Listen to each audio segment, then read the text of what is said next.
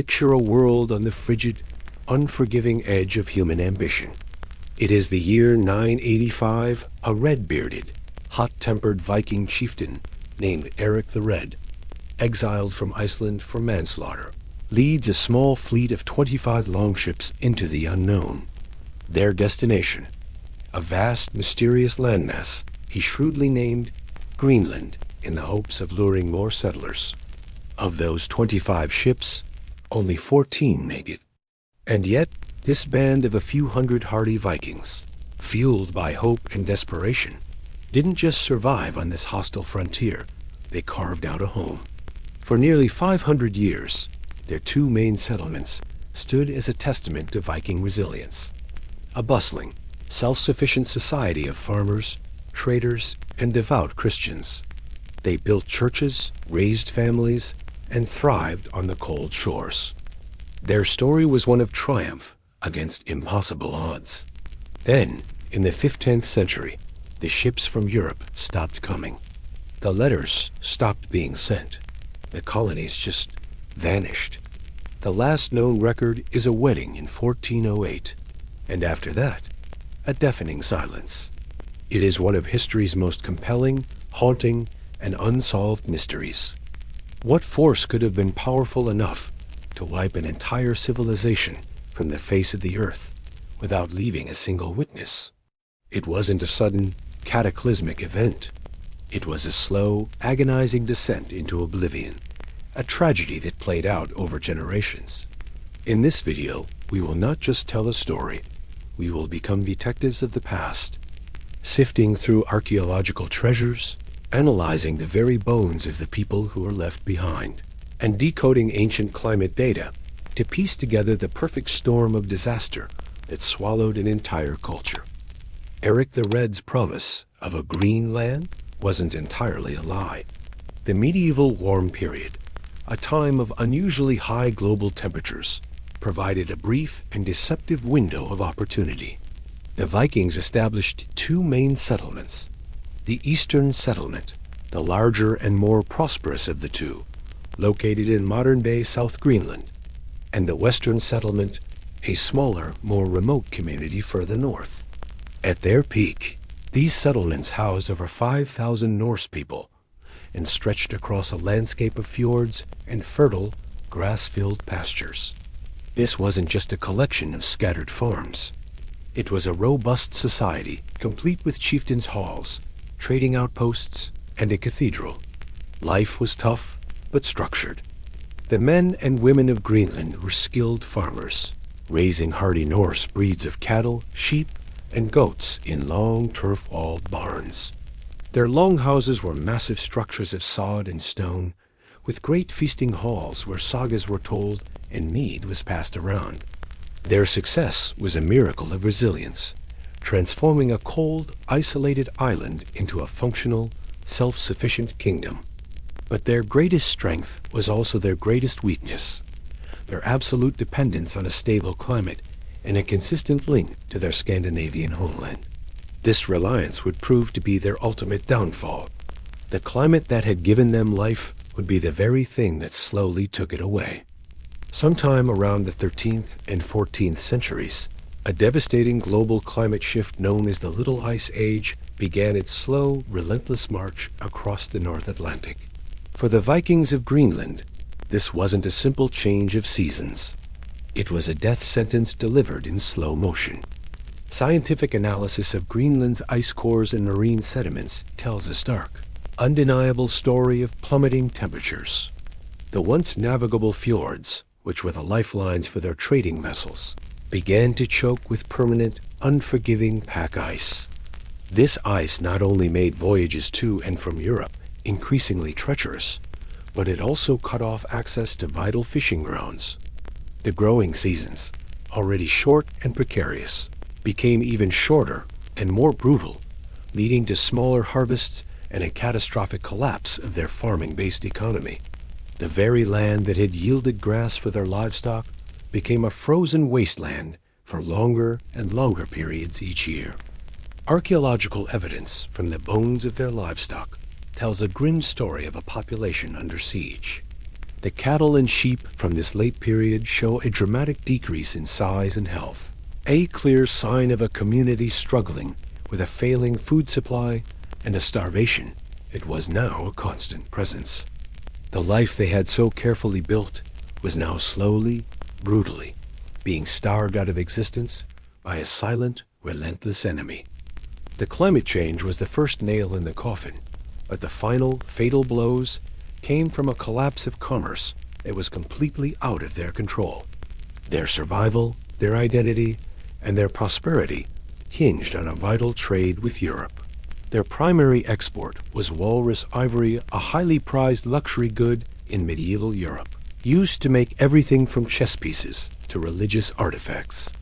As long as Europe was buying, the supply ships would brave the icy seas. But in the 13th and 14th centuries, a deadly combination of events unfolded. The Crusades, far away in the Middle East, opened up new trade routes to Africa, and with them came a sudden massive influx of elephant ivory. Cheaper, more plentiful, and easier to carve, elephant ivory completely replaced walrus ivory in the European market. The Greenland Vikings' most valuable export was suddenly worthless. At the same time, the Black Death swept across Europe, decimating populations and crippling the already fragile maritime trade. The ships from Norway, faced with treacherous ice and an economy no longer interested in their goods, simply stopped coming. The lifeline to Europe was severed, leaving the Vikings of Greenland completely isolated. They were alone in the world, with nothing to offer and no one to come looking for them. Without trade, they couldn't get iron for tools, lumber for homes, or the luxury goods that defined their status. Their culture began a slow, agonizing technological decline. And in their profound isolation, they were no longer alone on the island. The Norse had always been the sole human inhabitants of Greenland, but the Little Ice Age had a profound effect on another culture, the Thule people, the ancestors of the modern Inuit. The Thule, who had migrated east from Canada, were perfectly adapted to the frigid climate. Unlike the Vikings, they were not farmers. Traveling in kayaks and hunting whales and seals, the very food sources the Norse were now desperately trying to exploit. The archaeological record shows that the Norse and Thule coexisted for a time. In Norse ruins, archaeologists have found Thule artifacts, and vice versa, suggesting some limited trade and interaction. But for the most part, they seem to have lived separate, parallel lives. The Vikings stubbornly clung to their European farming traditions until they could no longer sustain themselves, never fully adopting the superior hunting technology and skills of the Thule. It wasn't a large-scale war that wiped out the Norse, but a fatal inability to adapt to a world that their new neighbors had already mastered. They were an agrarian people in a land that was rapidly becoming an Arctic one. What was the final act? For centuries, the question lingered. The skeletal remains unearthed at Norse burial sites tell a chillingly personal story of the end. An analysis of the skeletons shows a gradual decrease in height and health over time, a clear sign of persistent malnutrition and rickets. The bones of the later inhabitants of the eastern settlement show a significant shift in diet, with their food source moving from a mix of land animals and marine life to an almost exclusive diet of seals. They were literally eating their last, desperate food source to survive. This was not a quick death. It was a slow, agonizing process of starvation and disease that wore down their bodies and their spirits. The teeth of these last Greenland Vikings show severe wear from chewing tough, fibrous meat, and many skeletons bear the signs of infectious diseases that took hold in a population weakened by hunger. The end of the Western settlement, the smaller and more remote of the two, likely happened first and was more complete. There is archaeological evidence that at one point, the residents of a farm packed up their tools and belongings, took their livestock, and sailed away.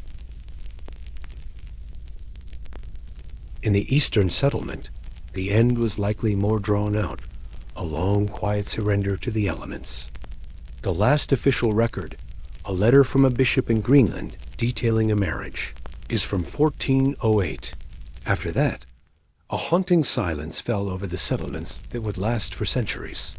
When explorers finally returned to the settlements in the 17th century, they found the ruins of farms and churches, hauntingly quiet and completely empty.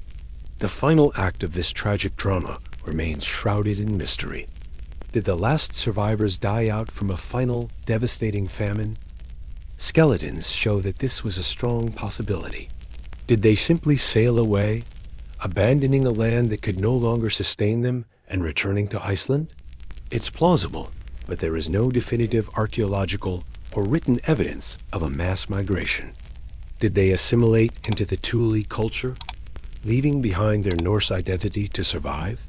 While some limited interaction occurred, the cultural gap was likely too wide for full assimilation to be a widespread reality. The most likely scenario is a grim combination of all these factors: a gradual decline caused by the Little Ice Age, a collapse of their trade and food sources, and a slow attrition of a people who were simply running out of options. The final remnants of the community likely either starved to death on their farms or set sail on a final, desperate journey to find a new home, only to be lost forever to the treacherous ice. So, what really happened to the last Vikings of Greenland? There was no sudden, dramatic catastrophe. There was no final, bloody battle. The end of the Norse colony was a tragedy born from a perfect storm of interconnected calamities. The Little Ice Age destroyed their farming. A change in European fashion made them economically worthless. Their isolation cut them off from a world that was moving on without them, and their failure to adapt left them helpless in a hostile environment. They were not defeated by a single enemy, but by the slow, inexorable march of a changing world. The empty ruins of their longhouses and churches, now silent under the Arctic sun, are a final, haunting monument to a people who simply ran out of options. They are a timeless reminder that even the most resilient and adventurous of cultures can be lost to the cold, quiet unforgiveness of time. Which factor do you think was the final nail in the coffin for the Greenland Vikings? The cold, the loss of trade, or the isolation? Let me know your thoughts in the comments below. And if you want to explore more hidden histories and ancient mysteries, make sure to like and subscribe.